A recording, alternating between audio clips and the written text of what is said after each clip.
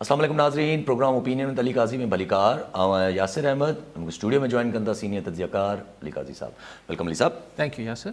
अली साहब, इमरान खान साहब माना अगर जे पहिरां थोरो अगर रखी छॾियूं त थोरो घणो रिलीफ त नज़र आयो बटन ॾींहंनि में त जेको आहे रन ऑफ इलेक्शन बि थिया विया पंजाब जा 17 जुलाई ते जेके इलेक्शन्स रखियल आहिनि, पंजाब जा बाय पोल्स रखियल आहिनि, PTI चवे थी असां वटि थोरी स्ट्रॉन्ग होल्ड बि नज़र अचे थो पियो। पर इमरान खान साहब अञा बि इस्टेब्लिशमेंट जे ख़िलाफ़ु जेको आहे उहो फुल पंहिंजो ज़वाब बरक़रार रखी वेठा आहिनि। उन्हनि जा हामी जेके आहिनि श्री मज़ारी साहिबा उहे बि बरक़रार रखी वेठियूं आहिनि। पर इमरान खान साहब इहा बि गॾो गॾु ॻाल्हि कनि था पिया, अॼु जेको ॻाल्हायो आहे उन्हनि त असां इलेक्शन्स ते ॻाल्हाइण लाइ तयारु आहियूं। जी, इमरान खान साहब चवनि था इलेक्शन्स लाइ कंहिंसां बि ॻाल्हाइण लाइ तयारु आहियूं। मीनिंग बाय त गवर्नमेंट सां बि ॻाल्हाइण लाइ तयारु आहिनि, इस्टेब्लिशमेंट सां बि ॻाल्हाइण लाइ तयारु आहिनि। पर सुवाल इहो आहे त इलेक्शन्स लाइ हू राज़ी हुजनि त हू ॻाल्हाइनि। सो इमरान खान साहब ॻाल्हाइनि। अच्छा, इमरान खान साहब शायदि इहो चाहींदा हूंदा त भला का तारीख़ ॾेई छॾियो, फौरी न बि ॾियो था, जनवरी मथे साल जी ॾेई छॾियो, फेबररी ॾेई छॾियो, को तारीख़ ॾियो त हिकिड़ी हुन वटि फेस सेविंग थिए त हू माठ करे विहे। लेकिन अपरेंटली सूरत हाल इहा ई आहे त जेतिरी शिद्दत सां Imran Khan anti establishment narrative खे जो टेम्पो बरक़रार रखंदो अचे पियो, ज़ाहिर आहे त इन जा रिएक्शन बि नज़र अचनि पिया। जीअं बकौल PTI वारा इल्ज़ाम हणनि पिया त हुनखे अननोन नंबरनि तां, नामालूम नंबरनि तां फ़ोन अचनि पिया, धमकियूं अचनि पियूं। इमरान खान जे जेको जहाज़ पायलट हलाए थो उनखे बि चवनि था तूं जहाज़ न उॾाए। सोशल वर्कर्स खे मुबैना तौर ते धमकियूं अचनि पियूं। सो ॻाल्हि इहा आहे त मतिलबु हाणे इमरान खान साहब इन सां गॾु यही PTI हाणे कुझु ॾींहंनि खां तव्हां महसूसु कयो त इहो चवणु शुरू, मतिलबु ॿिए लफ़्ज़नि में चवनि पिया त न्यूट्रल बि हाणे न्यूट्रल न आहिनि, उहे धुर थी विया आहिनि हुन पासे जा। छाकाणि त इमरान खान साहब चए पियो त जेके बाए ज़िमनी चूंडूं थियनि पियूं इन में बि न्यूट्रल हुन पासे आहिनि। सो ज़ाहिर हाणे न्यूट्रल त कंहिं पासे न हुजे न। सो हाणे इमरान खान साहब PTI इहो चवनि पिया त हू हुन पासे थी विया आहिनि। ज़ाहिर न्यूट्रल यानी जेको इस्टेब्लिशमेंट लाइ हू लफ़्ज़ इस्तेमालु कनि था, यानी धुर थी वई आहे। सो हाणे ॻाल्हि इहा आहे त हीअ ॻाल्हि किथे वञी दंग कंदी। ॾिसो, नवाज़ लीग वारनि बि नवाज़ शरीफ़ खे जॾहिं पनामा में लाथऊं त हुन हिकिड़े हल्के सुरनि मां ॻाल्हि शुरू कई कि मुझे क्यों निकाला, वोट को इज़त दो। त हाणे हिकिड़ी मुबहम गुफ़्तगू थींदी हुई, मुझे क्यों निकाला, हुनखे त जुडिशरी कढियो, अलाए कंहिं इशारो वोट को इज़त दो, ठीकु आहे, हिकिड़ी ॻाल्हि थी वई। पोइ तव्हां ॾिसो त हीअ थोरे अरसे खां पोइ ख़ाकान अब्बासी जी हुकूमत ख़तमु थी, इलेक्शन थिया, इमरान खान बकौल हुन महिल नवाज़ लीग ऐं पीपल्स पार्टी ऐं PDM जे त हुनखे इस्टेब्लिशमेंट सपोर्ट करे खटाए आई।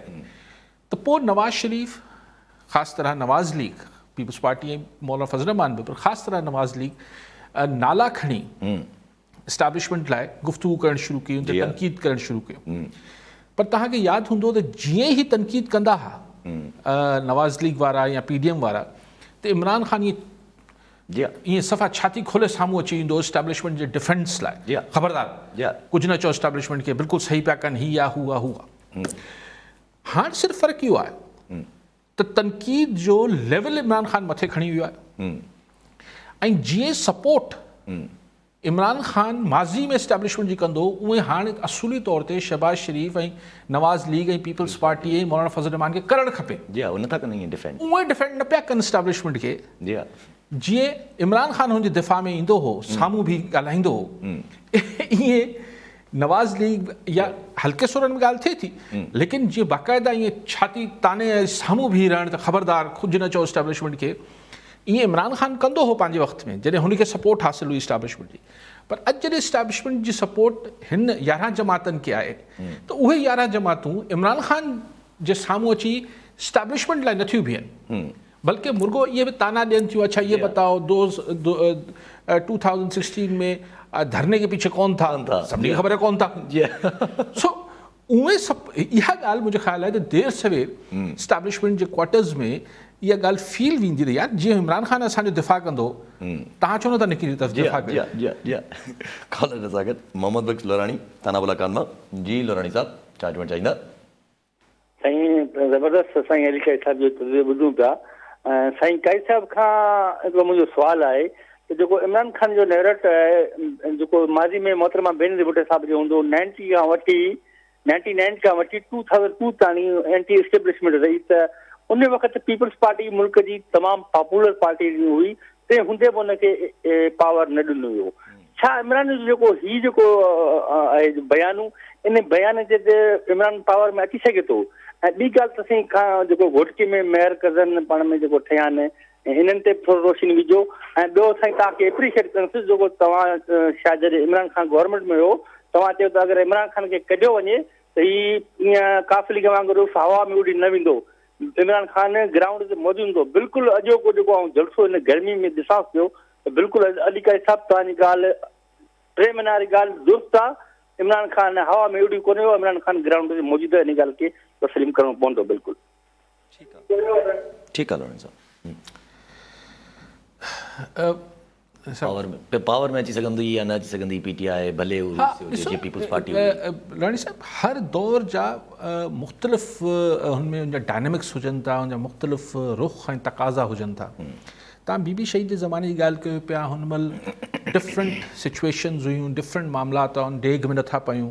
त 2002 जी इलेक्शन जो शायदि 2002 में इलेक्शन थिया न, हा मुशर्रफ कराया 2002 में पर हिकिड़ी डिफरेंट सूरत हाल हुई। मखदूम अमीन फ़हीम मरहूम खे त मुशर्रफ साहिबु कयो, ख़ैर उहा हिकिड़ी अलॻि सिचुएशन हुई। ॾिसो, ऐं हमेशह हिकिड़ी ॻाल्हि चवंदो आहियां साहब, there is always a first time for everything. असां वटि कॾहिं का प्राइम मिनिस्टर जेको आहे नो कॉन्फिडेंस ते हटियो आहे छा?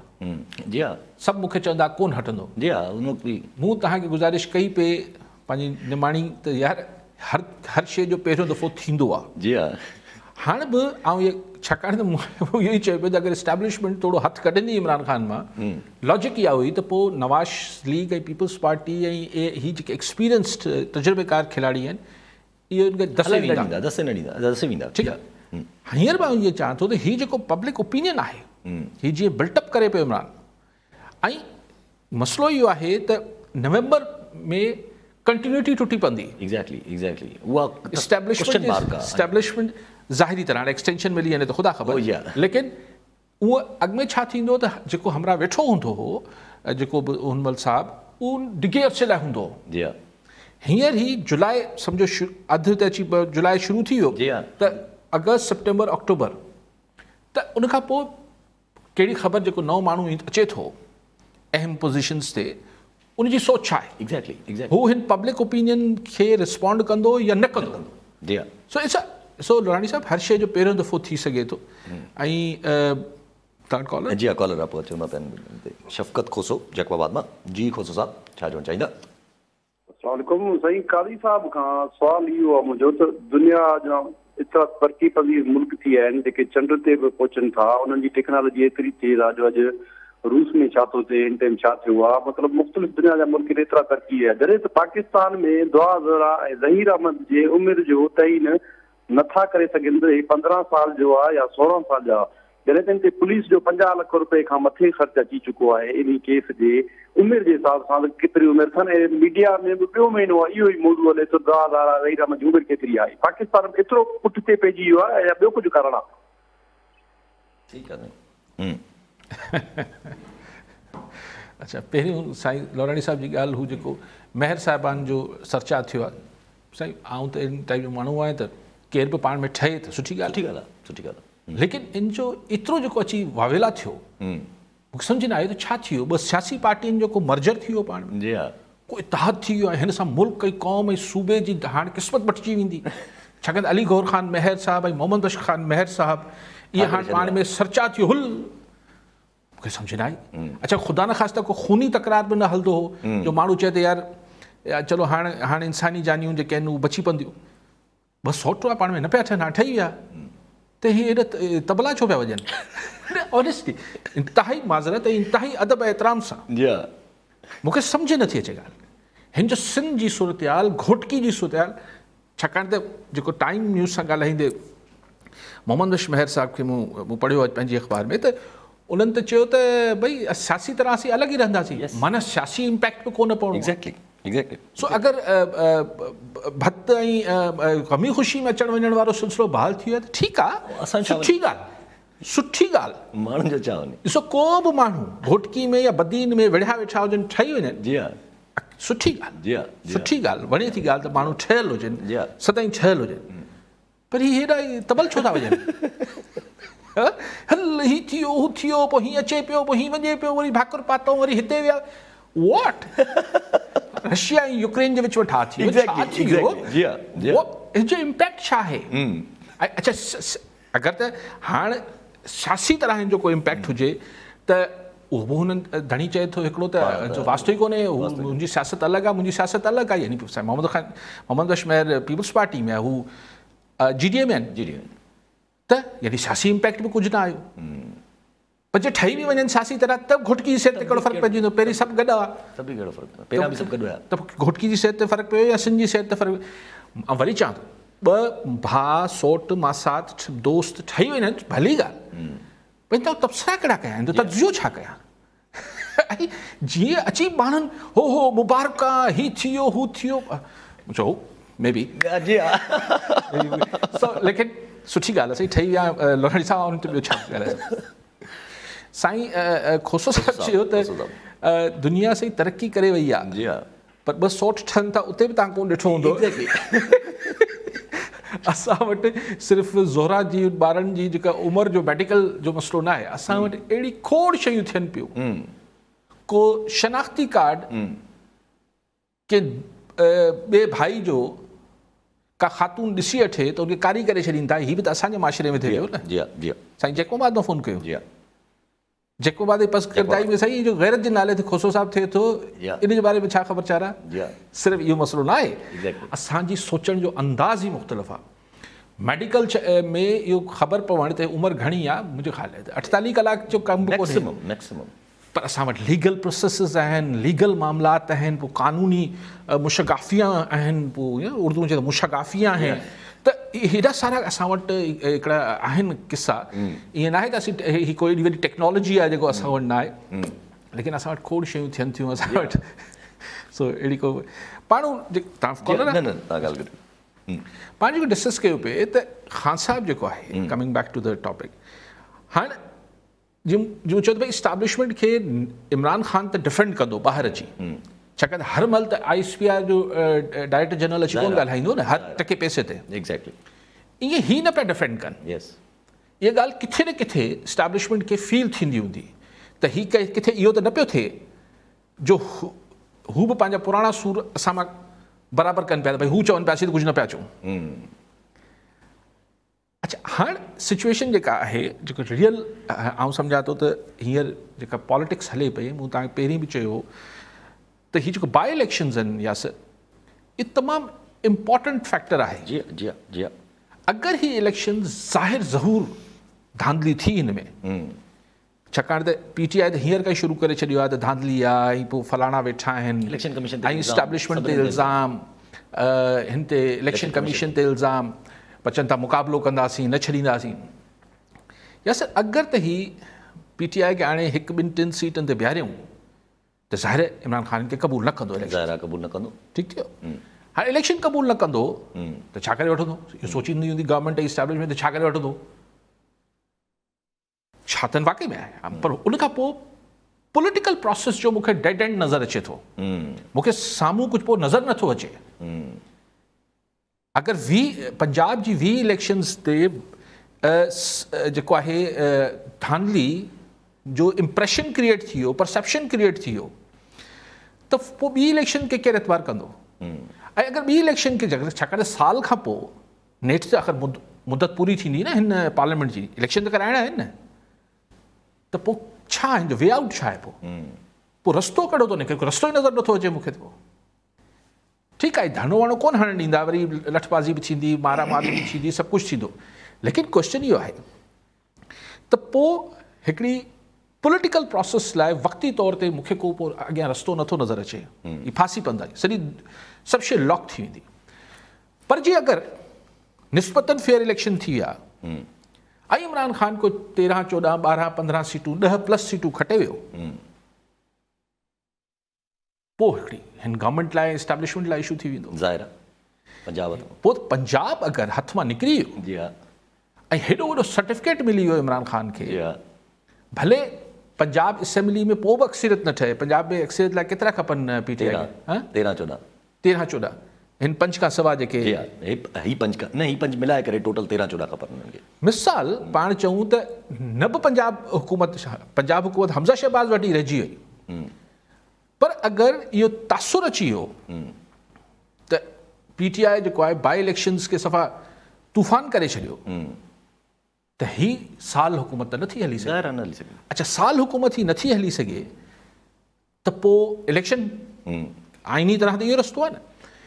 इलेक्शन में जेको हेतिरी महांगाई करे एतिरो तूफ़ान माण्हुनि लाइ ज़िंदगियूं तकलीफ़ में विझी करे, लोड शेडिंग पोइ बिल अचे त उहो बिल जेको आहे ॾेढूण ते ॿीड़ ते बिजली थी वई आहे, पेट्रोल हिते वञी पहुतो आहे, महांगाई हर शइ।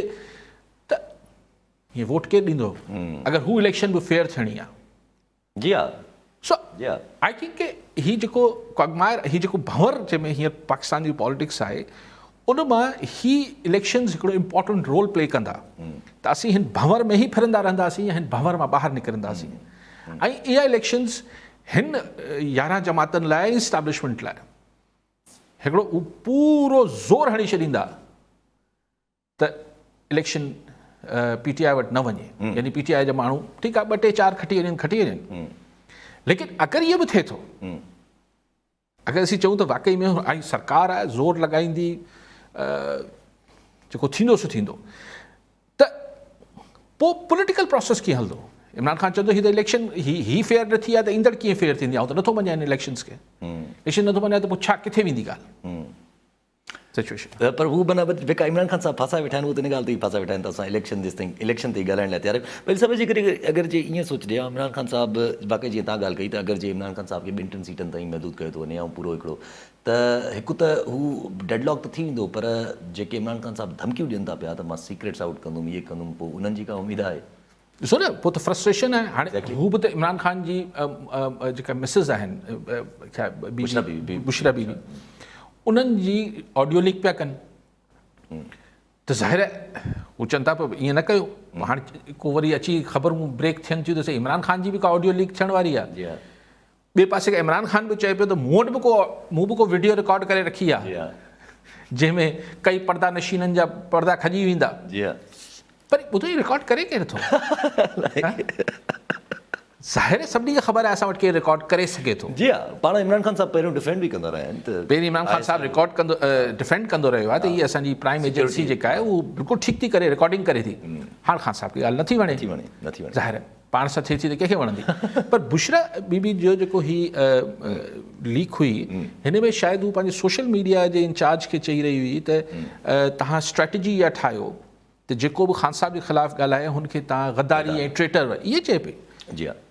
अच्छा, मां त मोहतरमा खे कोन सुञाणा ऐं ज़ाहिर आहे, लेकिन हिन मां मूंखे महसूसु थियो, हिकिड़ो इम्प्रेशन त हो न त हू वज़ीफ़ा कनि थियूं, पढ़नि थियूं, दुआऊं कनि थियूं, हिन टाइप जी हुननि जो प्रोफाइल हो।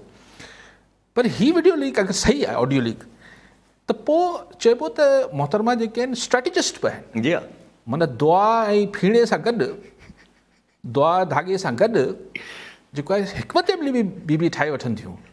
हा, छाकाणि त हिन में को रूहानी पहलू त हो ई कोन हिन ॻाल्हि ॿोल जो। हीअ ॻाल्हि ॿोल निज हिकिड़ी हिकमत अमली हुई त भई नैरेटिव कीअं बिल्टअप कजे। ग़लति सां मुराद इहा त हीअ हिकिड़ी बयानियो मोहतरमा उन्हनि खे ॿुधाइनि पियूं, यानी हिकमत अमली ॿुधाइनि पियूं। त मुंहिंजे लाइ हिकिड़ो नओं तारीफ़ आहे मोहतरमा जो त मोहतरमा न सिर्फ़ु दुआ धागो कनि थियूं, पर जेको आहे रूहानियत में बि यकीन रखनि थियूं, दुनियावी सियासत जी ख़मोपेच खे बि उहो चवंदा पूरो पंजाब हलाइनि पियूं, पी मिलनि वारा त इहे था चवनि। जेको वीडियो मूंखे ऑडियो सां अंदाज़ो थियो, पी मिलनि वारा त चवंदा। पर ॻाल्हि इहा आहे त ॾिसो, ही जेके ऑडियो लीक्स ऐं वीडियो लीक्स आहिनि, हिन जो को पुॼाणी न आहे। पोइ ज़ाहिर आहे पोइ त दिस इज़ द माना उहो चइजो न दलदल आहे हिकिड़े क़िस्म जी। हिन में त जे अॼु जे रखिजे त जेको जावेद इक़बाल साहब जी जेके असांजा अॻूणा चेयरमैन नैब, उन्हनि जी वीडियो जेका लीक थी हुई हिकिड़ी, उन औरत खे घुरायो वियो पाकिस्तान अकाउंट्स कमेटी में। उन औरत वॾा अकाउंटेबिलिटी अकाउंट्स कमेटी हा, उन त वॾा इल्ज़ाम हया आहिनि जावेद इक़बाल साहब जो। अच्छा, इल्ज़ाम है, बाक़ाइदा इल्ज़ाम आहिनि जी, संगीन नौयत जा इल्ज़ाम आहिनि त जावेद साहब हाणे रिटायर्ड सुप्रीम कोर्ट जा जज हुआ। अगरि ॾिसो इल्ज़ाम आहिनि, छाकाणि त हाणे जेसिताईं हू जवाबु ॾियनि हिन ॻाल्हि जो त पाण हुनखे को नथा चई सघूं त ही, पर हू ख़ातून जो इल्ज़ाम छो हणे पई? छाकाणि त हुनजो को शायदि मुड़ुसु मिसिंग आहे, हो या आहे अञा ताईं? हुयो, हाणे न ख़बर आहे मिली वियो आहे न मिलियो आहे। अच्छा, त हाणे ॻाल्हि इहा आहे त पर हाणे कीअं आउं हिन ते कमेंट कीअं कयां? अलाए इल्ज़ाम केतिरो सही आहे जी एग्जैक्टली ॻाल्हि उहा ई तव्हां वारी ऐं उन महिल वीडियो छो लीक थी Yes. कंहिं कई हुई उन वक़्तु ऐं हालांकि- कंहिं हशपश करे छॾियो जी हा जी हा जी हा सो तव्हां ॾिसो उहो ॻाल्हि आउं कयां पियो ही जेको नवाज़ लीग हुकूमत में थिए पियो ही त पंहिंजी बाहियूं कढनि पिया उन अॻूणे चेयरमैन मां सही बि हूंदी थी सघे त सही हुजे लेकिन उन महिल ही जेको जस्टिस रिटायर्ड साहब आहे जावेद इक़बाल साहब ही जिन्हनि जे चए ते करे रहियो हो तव्हां वरी उन्हनि खे ई इनडायरेक्टली त हिट पिया कयो जी हा एग्जैक्टली उन्हनि खे हिट कयो तॾहिं आउं चवां पियो त हिननि जो रोल ओड़ो न आहे जेको इमरान ख़ान जो जेको डिफेंड कंदो ऐं सभु जे नंढड़ी ते ॻाल्हि आहे श्री मज़ारी साहिबा अॼु बि जेको ॻाल्हायो आहे उन में श्री मज़ारी साहिबा त क्लियरली पुछो आहे इदारनि खां ऐं हैंडलर्स खां इदारनि ऐं हैंडलर्स जो नालो खयो आहे उन्हनि त इदारा ऐं हैंडलर ॿुधाइनि चाहिनि छा था हू इहो ई चाहिनि पिया पहिरीं हू चाहिनि पिया त PTI सरकार हले हाणे चाहिनि पिया त ही सरकार हले हिन में न सम्झो ईंदड़ श्री मज़ारी साहिब खे कहिड़ी ॻाल्हि न पई सम्झ अचे ॾिसो ही जेके ॻाल्हियूं थियनि थियूं न तंहिंजे करे हू जेको अयाज़ अमीर बि हुते तकरीर में चयो न त भई तव्हां पाण जॾहिं हुकूमत में हो त तव्हां उन इमरान ख़ान साम्हूं वेठो साम्हूं अयाज़ अमीर चयो अयाज़ अमीर हिकिड़ो क्रेडिबिलिटी वारो माण्हू आहे हिकिड़ी साखायतो क़िस्म जो कॉलमिस्ट रहियो आहे जी हा जी हा जी हा त हुन इहा ॻाल्हि कई त तव्हां पाण छा पे कयो ही अॼु जेके ॻाल्हियूं कयो था उन महिल सम्झ में न पिया आयूं तव्हांखे खैर नाराज़ त हू वधीक थी विया जो वीचारे खे धक मुछड़ो थियो जी हा ॾिसो छा पियो थिए मुल्क में एग्जैक्टली एग्जैक्टली अयाज़ अमीर जहिड़े माण्हू खे ईअं ऐं हाणे को राज़ बि न आहे न कंहिं कयो हू पाण घणी ॿुधाए पियो त कीअं कीअं थियो छा थियो त ॻाल्हि इहा आहे त इनसां हासिलु छा थींदो त आउं इहो चवां पियो त सोसाइटी में मुल्क में जेको कुझु थिए पियो उन में महसूसु मूंखे ईअं थिए थो त हाणे जेको बर्दाश्त जा लेवल आहिनि बर्दाश्त जो मादो जेको आहे सभिनी वटि घटिजंदो वञे पियो सो इहो अगरि वधीक घटिजी वियो अलाए किथे ॻाल्हि पोइ पोइ त उहा ई ॻाल्हि जेका तव्हां कंदा आहियो त पोइ त सॼो हिकु मनो जेको बचो हलियो वेंदो जेको गॾो गॾु हलियो वेंदो ऐं सभु फवाद चौधरी साहिबु अॼु जेका प्रेस कॉन्फ्रेंस कई उन में हिकु त इहे ॻाल्हियूं कयूं ॿियो वरी जेको ही पंहिंजो शहबाज़ शरीफ़ साहिबु काफ़ी इनिशिएटिव चवनि था हिनखे त असां सोलर पैनल्स ते पूरे मुल्क खे खणी ईंदासीं उन ते उन्हनि तनक़ीद कई आहे त हीउ वॾो वरी नओं स्कैंडल खणी था अचनि इहे हिकिड़ी पाण हलनि थियूं ॻाल्हियूं त भई ही को शरीफ़ फैमिली जो को आहे हुनजी या सोलर कंपनी आहे इन करे सोलर ते हू ख़तमु कयूं अथनि टैक्स GST वग़ैरह ख़तमु ड्यूटी ख़तमु कई अथऊं अगरि हूंदो बि हींअर जेका बिजली जी ही प्राइसिस वधाइनि पिया ऐं असां वटि जेका बिजली जी शॉर्टफॉल आहे हिन में सॼी दुनिया ऑल्टरनेट एनर्जी ॾे वञे पई ऐं को अगरि हूंदी बि का कंपनी जेका सोलर ही हुनजो कमु कंदी हूंदी शरीफ़ फैमिली जी हुजे बि का कंपनी त ॿियूं त सवे कंपनियूं आहिनि न त ऐं ही हिकिड़ी ज़रूरत आहे जी हा एलिगेशन PTI जा सम्झ नथा अचनि माना हाणे इहा त अजीब ॻाल्हि आहे न हरुभरु इनखे माना इनखे बसि हाणे ॻाल्हि ठहे न ठहे मिड़ी हणो अच्छा TTP टॉक्स जेके आहिनि असां तरीक़े तालिबान पाकिस्तान सां टॉक्स जेके आहिनि उहे काफ़ी अॻिते वधी विया आहिनि असां वटि पार्लियामेंट्री कमेटी बि ठही वई आहे ओवरसाइट करण लाइ लेट्स सी होपफुल आहिनि सभु सही पाण ॻाल्हि इहा आहे त बहरहाल असां वटि उहो चइबो आहे त केॾी बि ख़ौफ़नाक जंग थिए आख़िरी हल जेको आहे उहो टेबल ते थींदो आहे ऐं असां इहो सम्झो पिए असांजा जेके सिक्योरिटी कंसर्न्स हुआ असांजा जेके माशी कंसर्न्स आहिनि त अगरि terrorism constantly law and order situation असांजे मुल्क में रहंदी त ज़ाहिर आहे उहो नुक़सानु असांखे थिए पियो असीं उन जा माण्हू मारींदा रहंदासीं या पर उहो बंदि न थींदो आहे ख़ासि तरह जॾहिं हुते इंडिया जो इन्फ्लुएंस हुजे त असीं शायदि हुननि खे इंगेज करे हिते वठी अचणु चाहियूं था पाकिस्तान में त हिते हूंदा त हथीका हूंदा ऐं पोइ हुननि सां जेको थींदो लेकिन ॻाल्हि इहा आहे त हिकिड़ी टेररिस्ट ऑर्गेनाइज़ेशन सां हिकिड़ी कलदम जमात हिकिड़ी दहशतगर्द जमात सां जॾहिं तव्हां बावजूदु सबबु आहिनि न जंहिंजे करे तव्हां ॻाल्हियूं कयो पिया हुन सां ठा कयो पिया त हू जेके पॉलिटिकल उते ई छा आहे ही PTM हू PTM आहिनि पश्तून तहफ़ुज़ मूवमेंट जेको पॉलिटिक्स जी ॻाल्हि कनि था जी हा ऐं तव्हां चओ था हुननि जा बि हलो इल्ज़ाम आहिनि त हू हुननि जे पोयां ॿाहिरियां हथ आहिनि त हीअ त हुआ ई ॿाहिरि एग्जैक्टली हीअ जेके TTP वारा हुआ जॾहिं तव्हां हुननि सां अफ़गानिस्तान काबुल में वञी ॻाल्हाए सघो था हिननि सां हिते छो नथा ॻाल्हाए सघो तव्हां बलोच नेशनलिस्टनि सां छो नथा ॻाल्हाए सघो तव्हां अगरि हीअ जेके सिंधी नौजवाननि जो जेको अगरि कुझु आहे बि किथे कुझु शइ हिननि सां अगरि डिसाम करिणो आहे पर ॻाल्हि इहा आहे त TTP सां ॻाल्हि थी सघे थी जेका दहशतगर्द आहे जी पर पीटीएम जेका पॉलिटिकल आहे, हलो बलोचन ते बि इहे इल्ज़ाम आहिनि, साॻिया इल्ज़ाम आहिनि न, जी हाँ, सेम इल्ज़ाम उन्हनि सां ॻाल्हियूं छो न थी थियूं? जी बसि हाणे इहो क्वेश्चन मां बरक़रार आहे। कॉलर सां गॾु आमिर अली कराची मां। जी आमिर साहब, छा चवणु चाहींदा? जी, fuel and energy prices are heavily telling upon the economic life and social life से तमाम heavily it is affecting. And recently it has been reported that the fuel prices in international market, they are keep declining. $100 खां घटि थी वियो आहिनि. It has been said that because of low economic activity, business activity, anya bhi zyada prices decline thinu. Probably in the next 6 months they will reach to the $45 per barrel time thinda. But immediately jamo khaso 10% ka vadhik decline thyo. So what about the government of Pakistan? Is this economic relief is going to trickle down for a common man in Pakistan? In hawale se ka umeed kar sakdi thi. Thank you very much. ठीक आहे। आमिर साहब, I don't think कि को फौरी को trickle down effect ईंदो, को हेठि माण्हुनि ते इम्पैक्ट ईंदो, फौरी तौर ते न ईंदो, छाकाणि त हीअं त असां वटि असांखे हिन ते लेवी लॻाइणी आहे, हिन ते GST जा मामलात आहिनि, असां IMF सां कमिट करे वेठा आहियूं, ऐं हीउ सोलो आहे पैसो डायरेक्ट, हिन में इनकम टैक्स जो मामिलो न आहे, बसि उते ई सिधो सिधो पैसो अचे थो मुल्क में। IMF हिकिड़ी बैलेंस शीट में ॾिसणु चाहे थो त पाकिस्तान केतिरा पैसा कमाए थो, फौरी तौर ते आई डोंट थिंक सो। हीअ अगरि जीअं तव्हां अल्लाह तव्हांजी ज़बान मुबारक करे, अगरि $45 ताईं वियो बैरल वारो हिसाब किताब, त मे बी इलेक्शन्स अगरि इफ अञा बि सतो सम्झां थी साल गेल थी सघे थी, पर थी त सघे थो न, त पोइ ही हुनजो इम्पैक्ट आणींदा बिल्कुलु आख़िरी ॾींहंनि में, ताकी इलेक्शन में ही जनरल इलेक्शन्स में ही पेट्रोल जी, लेकिन पोइ बि पेट्रोल जी प्राइसिस, छाकाणि त असां वटि बाय दैट टाइम ही ₹5 करे जेको ₹50 हणणो अथनि लेवी, इहो बि त वधे पई न। हितां इंटरनेशनल मार्केट हेठि वञे पई, हुते हू पंहिंजी लेवी वधाईंदा वेंदा, त उणी बि पेट्रोल हेठि न, फौरी तौर ते मूंखे हेठि वेंदे नज़र नथो अचे। Well I don't know the numbers, but हिकिड़े कॉमन सेंस ते आउं ॻाल्हि कयां पियो, मूंखे फौरी तौर ते इम्पैक्ट नज़र नथो अचे। May be down the road 6 महीना 8 महीना 10 महीननि खां पोइ को थोरो घणो को फ़र्क़ु अची वञे। तव्हां ॾिसो न, डॉलर तव्हांजो वरी 207 208, हाणे केतिरो किरी पवंदो, ₹2 ॿिया किरी पवंदो, ₹4 ॿिया किरी पवंदो। सो इट विल हिकिड़ो 200 जे इर्द गिर्द फिरंदो पाण खे नज़र ईंदो। अॼु स्टेट बैंक जेको आहे तव्हांजी 1.25 वरी वधाए छॾियो आहे, ₹15 इंट्रेस्ट रेट थी वियो 15% टोटल। सो इहो बि IMF जी फरमाइश हुई। छाकाणि हाणे हेतिरो जॾहिं तव्हां वधाए छॾियो था, त दैट मीन्स तव्हांजी जेका बिज़नेस एक्टिविटी आहे मार्केट में, मां को माशी माहिर न आहे, बेसिक रूल्स आहिनि। ॿाहिरि पैसो घटि फिरंदो, माण्हू लिकाईंदा, माण्हू अंदरि रखंदा, जॾहिं 15% इंट्रेस्ट रेट मिले थो त रुगो इन्वेस्टमेंट छा लाइ करे। अॼु बिजली बि MA जी फ्यूल चार्जिस में वधाए छॾी अथऊं, ₹70 90 पैसा।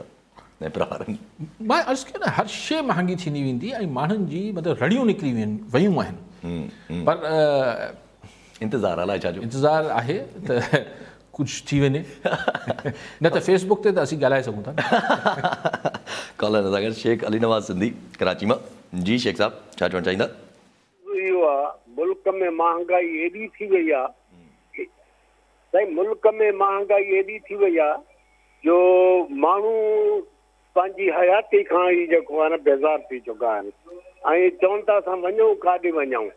ऐं पीपल्स पार्टी जेकी महांगाई जे लाइ, पाणी जे लाइ, ॿियनि शयुनि जे लाइ उथी बीहंदी, उहा बि ख़ामोश थी वेठी ॾिसे पई, चंद वज़ारतनि जे करे पंहिंजो सभु कुझु ॾेई छॾियईं, ऐं हीअ सम्झनि था त हाणे असां जेके आहियूं सिंध जा हाकिम आहियूं।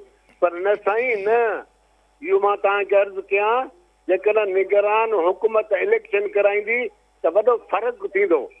हीअ महांगाई एॾी थी वई आहे जो माण्हू साईं चङा भला पिननि था हिते परफ्यूम चौक कराची में, ऐं माण्हू जेके हेॾा बेज़ार वेठा आहिनि, जो जेके नाराज़ हुआ, जेके नफ़रत कंदा इमरान खान खां, उहे इमरान खान जा साथी बणिजी विया आहिनि हिन महांगाई जे लाइ, हिन महांगाई जे करे। पर ही पीपल्स पार्टी जी साईं जी ॻाल्हि साईं करे रखो, पर PDM त जेको आहे उहो चवे त असां क़ुर्बानी ॾिनी आहे इदारनि खे बचाइण लाइ, अच्छा माना जब मियाँ जाव लतीफ़ त इहो थो चए असां नून लीग वारनि कुर्बानी ॾिनी आहे इदारनि खे बचाइण लाइ। अच्छा पोइ मूं ऐं इतफ़ाक़ सां न हूंदुसि हुन महिल हिते, मूं ॾिठी कोन त कुर्बानी किथे कई वई आहे।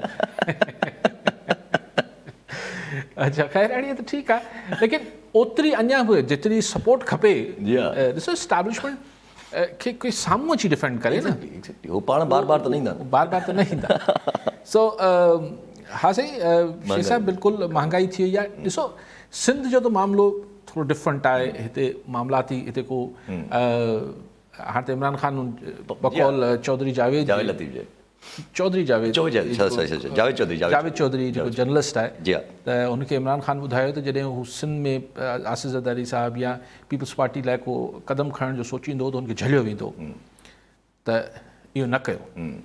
उहो जेको पाण हमेशह ई चवंदा हुआसीं त हिते त अंडरस्टैंडिंग हुई न, PTI जेको आहे हिते तव्हांखे इंटीरियर में 3.5 साल इमरान ख़ान खे मतिलबु मना हुई, पीपल्स पार्टी जे बेस खे माना हा न छेड़णो। अच्छा लेकिन ॻाल्हि इहा आहे त ही अच्छा लेकिन इमरान ख़ान बकौल जावेद चौधरी जे हिकिड़ी कम जी ॻाल्हि कई, उहो वरी ॿियनि मूं न ॿुधी। जी हा। चई त इमरान ख़ान चयो त भाई जो इक़्तिदार में आता है तो उसी को फिर फैसले भी करने दें ना, उसके आप हाथ देते हैं, गालियां उसको पड़ती हैं, फैसले कोई और कर रहा होता है। तो यार पर नवाज शरीफ भी तो ये चए पे वोट को इज्जत दो। यस। तो इमरान ख़ान ये छो नथो अॼु अची ॿुधाए माण्हुनि खे उन वक़्तु मां ग़लति कयो, त भई हुन मूं ग़लति कयो, हाणे नवाज़ लीग वारा ग़लति पिया कनि। जी हा। एतिरो करेज त हुजे न, अगरि ही न मञंदो इमरान ख़ान तेसि ताईं को फ़ाइदो त 2018 जी इलेक्शन में जेको आहे हुनखे मैनेजमेंट थी, हैंडलिंग थी, मनूवरिंग थी, त इहो को तरीक़ो न आहे। ॻाल्हि इहा आहे त पॉलिटिकल पार्टीज़ खे अगरि, पर ॻाल्हि इहा आहे त जंहिंजे फेयर इलेक्शंस सिर्फ़ु उहो चाहे थो जेको अकेलो आहे। जी हा। जी हा। ऐं जॾहिं हुनखे सपोर्ट मिली वञे थी जॾहिं छा फेयर इलेक्शन। फेयर इलेक्शन कॉलर नजर अगर जफर नकवी हैदराबाद में। जी नकवी साहब क्या कहना चाहेंगे? अस्सलाम वालेकुम किबला, यासिर खैरियत से बेटा, अल्लाह आपको सेहत दे। मोहतरम अली कादिर भाई, अस्सलाम वालेकुम सर। वालेकुम सर मैं तो बस एक स्टूडेंट की हैसियत से तारीख के ये देखता चला आ रहा हूँ कि जब मजालिम बढ़ते हैं तो लोग बेचारे, ये जो इमरान सहाफ़ी है अपना, इस बेचारे को पिछले 48 घंटे से घसीटा जा रहा है। कभी अटक ले जाते हैं, कभी पिंडी ले जाते हैं, कभी वापस अटक ले जाते हैं, फिर चकवाल में भेज देते हैं। बहरहाल ये कि मजालिम जो है वो अपनी इंतहाओं पर हैं, और लोग बाग क्या ये 4, 5, 6, 7 सहाफ़ी जो हैं जो बेचारे अगर वो इनके अगेंस्ट बोलते हैं तो 5-6 हज़ार सहाफ़ियों के मुकाबले में क्या लोगों इनके अंदर इतनी बर्दाश्त भी नहीं है हुकूमत वक्त या जो भी वो ताकतें हैं जो इनके पीछे हैं कि जो इन सहाफ़ियों को बर्दाश्त करें, इन्हें इबरत का निशान बना के क्या किस किस को खामोश करेंगे। मैं समझता हूँ कि ये जितना दबाएंगे, जैसे वो एक प्रेशर होता है ना, स्प्रिंग को जितना दबाया जाता है उतने प्रेशर से वो फटता ऊपर आता है। तो काजी साहब जरा सा रोशनी डालें, क्या आपको हालात नजर आ रहे हैं? जो बारिश में भीगते हुए डूबे हुए कीचड़ में लोग इमरान खान के जलसों में पहुंच रहे हैं। अभी तो एक सिम से, और अगर वो सिम हट गई तो क्या हालात नजर आ रहे हैं आपको पाकिस्तान के? सर प्लीज रोशनी डालिए। ठीक है सर बेबी कॉलर अब्दुल्ला सुमरो जकवाबाद में। जी सुमरो साहब छा चवणु चाहींदा?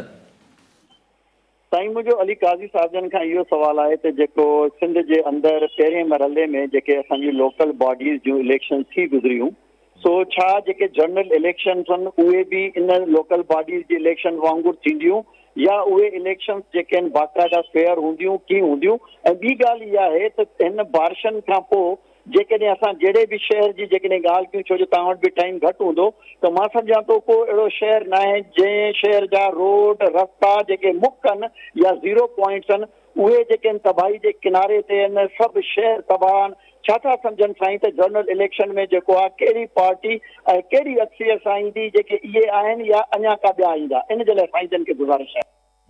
ठीक है नकवी साहब, बात यह है कि लोग आप कह रहे हैं कि कीचड़ में, बरसात में, गर्मी में, बिल्कुल कल वाली गाल हाँ टर्नआउट आज भी अच्छा टर्नआउट था, लेकिन देखना यह है कि वोट में ये बैलेट में ट्रांसलेट होता है या नहीं होता है।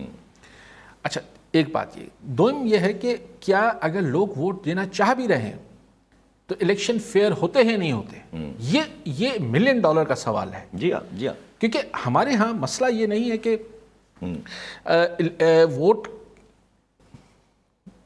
किसको मिला, हमारे यहाँ मसला ये है कि वोट किसको मिलने दिया गया। जी हाँ। तो ये इसीलिए मैं कह रहा हूँ कि ये जो बाई इलेक्शंस हैं ये हमारी आने वाली सियासत को के लिए एक सिमत का तयन हो जाएगा कि हम किस तरफ जा रहे हैं। इसीलिए मैंने शुरू में कहा ये 17 जुलाई के इलेक्शंस सिर्फ बाई इलेक्शंस नहीं है, इससे बहुत सारी चीज़ें जो हैं वो अयां हो जाएंगी, वाज़ेह हो जाएंगी कि आखिर ये मामला कहाँ जा रहा है मुल्क की पॉलिटिक्स का। और देखिए अभी लंदन में उसने finally prime minister Boris Johnson ने इस्तीफ़ा दे दिया और उसने ये भी नहीं कहा कि पाकिस्तान के इमरान खान ने मेरे खिलाफ साजिश की है या अमेरिका के खिलाफ। अब उधर क्या होगा? एक सो कॉल्ड क्राइसिस है, उसका इलेक्शन हो जाएंगे, सबको पता है कि इलेक्शन उधर फेयर होंगे तो कोई मसला नहीं है, ठीक है, हो जाएंगे। हमारे यहाँ मसला ये है कि इलेक्शंस फेयर नहीं होते हैं। ये जो सुमरो साहब चाहे पियो ये गाल उन्हीं सी कंटिन्यूटी में आए तो अगर बाई इलेक्शंस ही इलेक्शंस या लोकल बॉडीज इलेक्शन अगर असां वटि इलेक्शंस फेयर नथा थियनि त ॻाल्हि इहा आहे त पोइ माण्हू जो अरवा खॼी वञे थो न। जी हाँ, ज़ाहिर। पोइ माण्हू चवंदा ही छा सियासत आहे ऐं उहो केरु थो कराए सघे। ॾिसो न ॻाल्हि उहा ई आहे त जेके जिन्हनि इदारनि खे हक़ीक़ी तरह न्यूट्रल हुजणु खपे in the sense of the word कि मतिलबु वाकई में गैर जानिबदार थी जेके इदारा आहिनि असांजा, चाहे उहो असांजी इस्टेब्लिशमेंट आहे, चाहे असांजी जुडिशरी आहे, चाहे असांजी ब्यूरोक्रेसी आहे, ही जेसि ताईं फेयर न थींदा ऐं न्यूट्रल न थींदा, हिकिड़ो दफ़ो इलेक्शंस खे फेयर करायो, दूध का दूध ऐं पानी का पानी थियणु ॾियो, पोइ त तव्हां वसवार आहियो जेको करे सघो। ऐं बाक़ी सहाफ़ी जो जेको इमरान खान रियाज़ खान ॾिसो इहो पहले नहीं नकवी साहब हुआ था, पहले हामिद मीर और ये सब उनको तलत हुसैन इन सबको गायब कर दिया था टीवी। उस वक्त इमरान खान चुप रहे। अब इनके लिए उनको देखिए हर दौर में सहाफ़ियों का एक कुछ सहाफ़ियों की इंक्लिनेशन होती है, रहती है, होनी नहीं चाहिए मेरे हिसाब से, लेकिन बहरहाल होती रही है जिसको वो सही समझते हैं। अब सिर्फ सियासत में ये नहीं हो रहा कि जो कुछ नवाज लीग के साथ हुआ, आज अगर पीटीआई के साथ है तो नवाज लीग खुश है, कल फिर नवाज लीग के साथ होगा तो पीटीआई खुश हो जाएगी। कल हामिद मीर के साथ था तो यही साहब, ये जो ऐसे सहाफ़ी थे जो इनको आज तकलीफ में है, ये सब कहते थे ठीक हो रहा हामिद मीर के साथ यार XYZ के साथ।